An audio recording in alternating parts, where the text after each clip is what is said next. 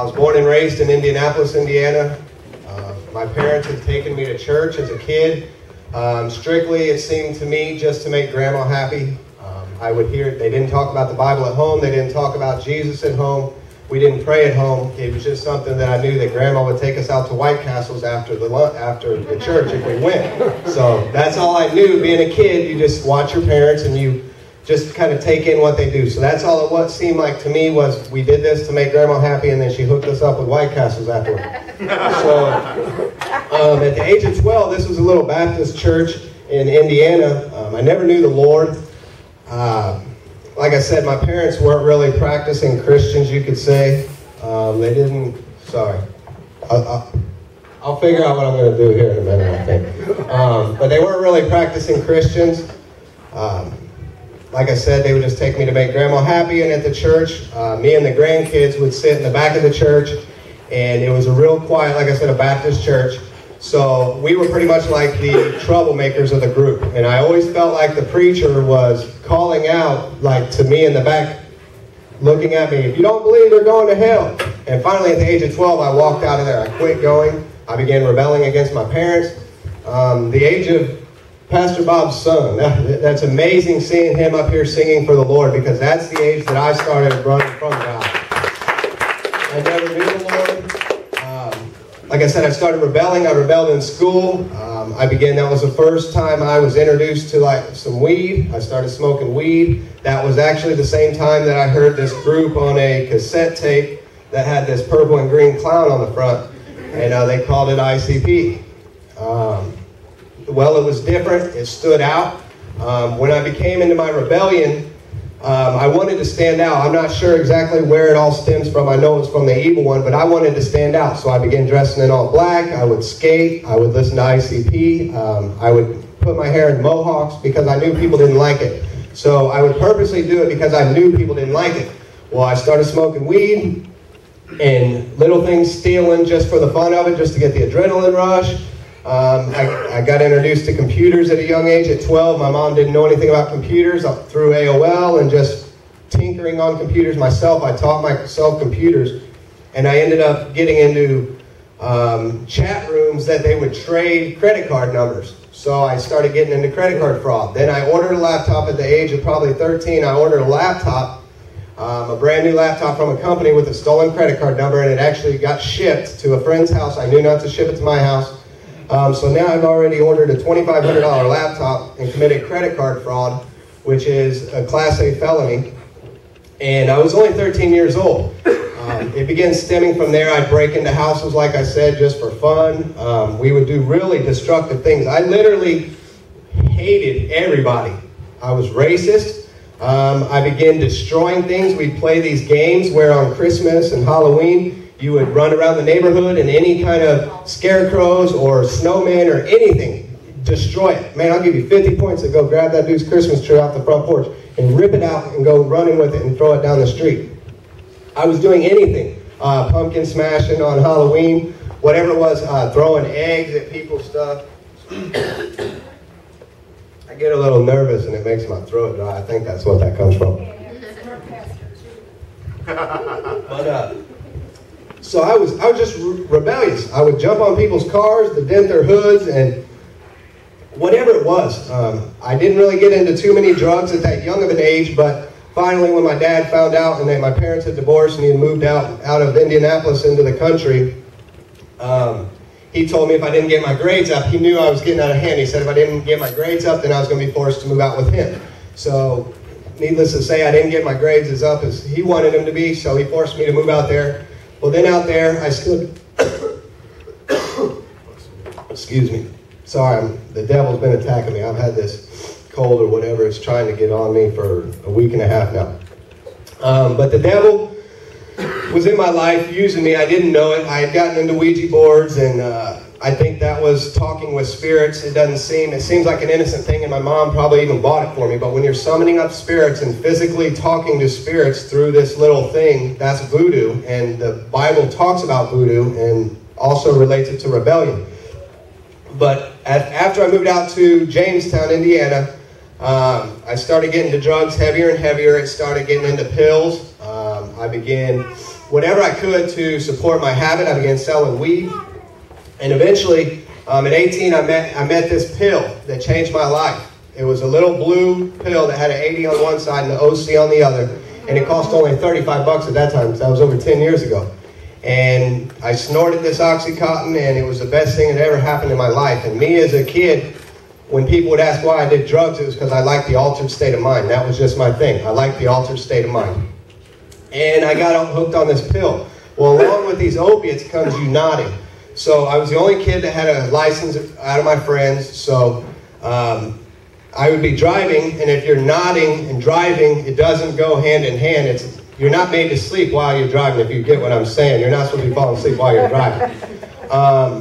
So 18, I graduated high school somehow. I became an electrician, but I got hooked more and more on these pills. Now I was making $500 a week, and I had these pills, infinite supply of pills, because I could afford them. Not infinite, but as much as I could afford right then. And nodding at the wheel, I would wreck my cars. I would wake up. I would be nodding out in rush hour traffic on the interstate downtown Indianapolis and bounce off the concrete median.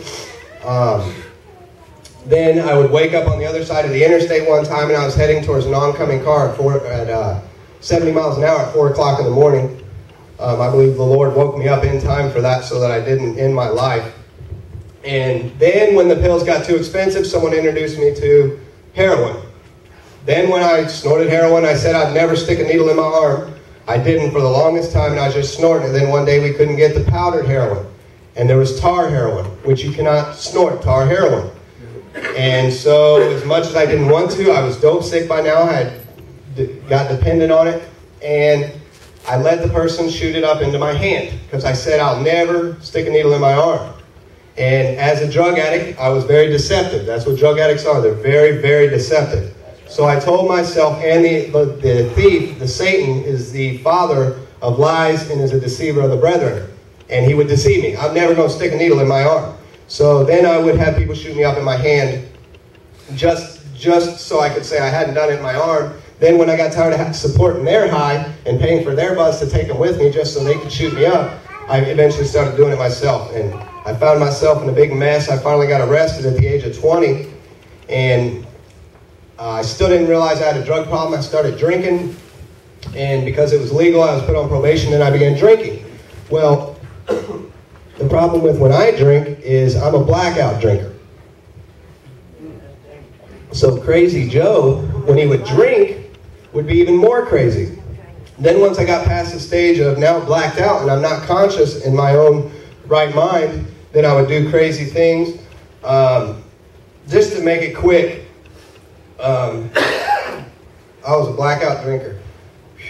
I was crazy. I was a nutcase. I don't know how many times I ran from the cops, how many vehicles I totaled. So then I tried getting help. I went through NA, I went through AA. I finally accepted that I had a problem after blacking out all these times.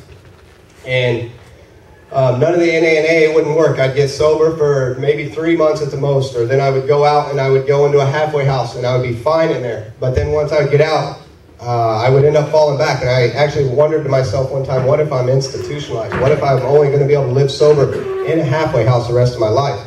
And after multiple times in jail and NA and AA programs didn't work, finally after falling back into drugs, my grandma had moved down here to Florida, and I said I'm moving to my grandma's in Florida.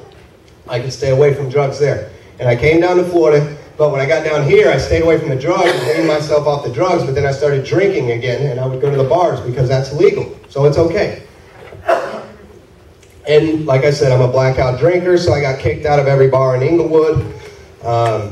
Then one of the last times was I was doing, I've always been rebellious, and my dad was a Marine, so my way was the only way. And one time I thought I was okay. I'd been driving, I had been riding in the passenger seat on the way home from the bar and was passed out.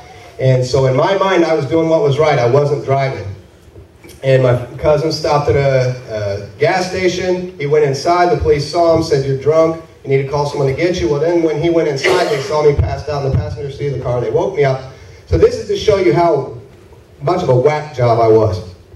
They finally get me out of the car. They can't wake me up, so they call the ambulance because they don't even know if I'm alive. And they get me up, and what the police report says is they've been trying to get me, and the next thing I know, or what they say next, is now all of a sudden from not being able to wake me up, now I'm standing at the front of the police car, pulling my shirt off, little old me with 6 cops around me telling them they better bring in the Marines if they're going to take me down.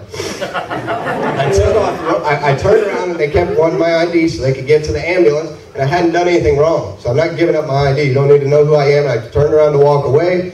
They were following me. I took off running. They tackled me, tased me, and put me in the backseat of the police car. And I could make a song out of that one too. But so they tackled me, tased me, they put me in the police car. So they had me handcuffed behind my back and sat there just talking at the gas station, drinking their coffee at 3 o'clock in the morning. So I was banging my head on the window, let me out of here. I got my hands in front of me. They pulled me out, recuffed me back behind my back, put the leg restraints on me. Then as they're taking me to the police station, because I'm blacked out and I think I did nothing wrong, so I need to get out of here. Let me out of here. I get out of the restraints. I bang my head a couple times on the windows. They're driving down the freeway and it wouldn't bust, so I just wham, and I kicked the window out of the police car and I start crawling out it with my hands cuffed while they're driving down the freeway. So they have to pull over, drag me out of the car and call for backup and hold me on the ground, take me to the hospital and give me stitches for cutting my back up on the window.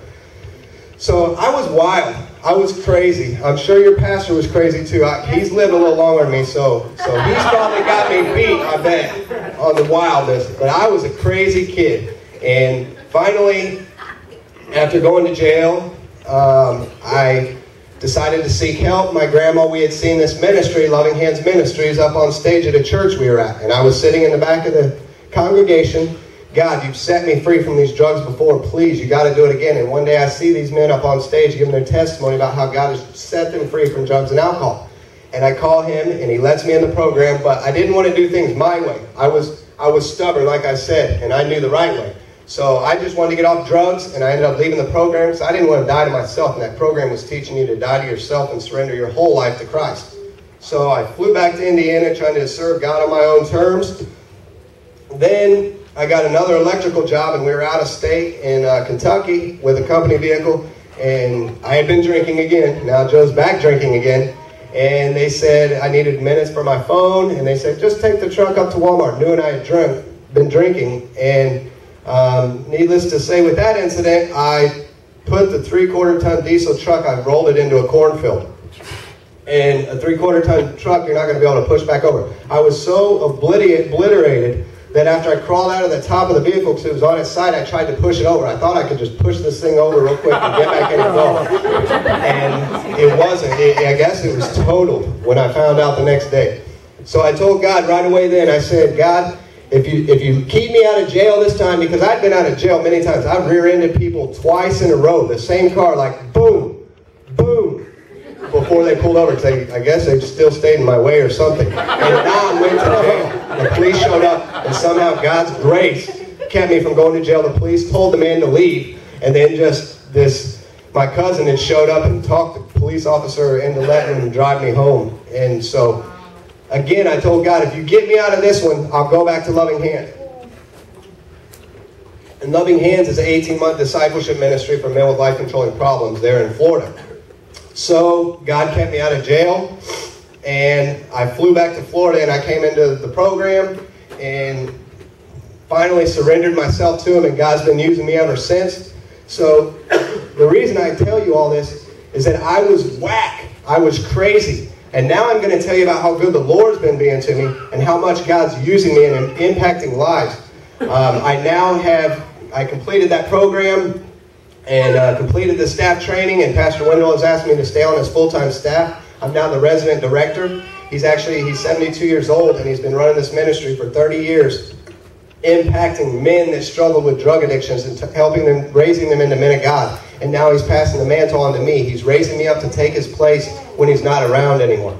So this is discipling men. All day long, every day I'm discipling 10 men. And God can use you, and God wants to use you. So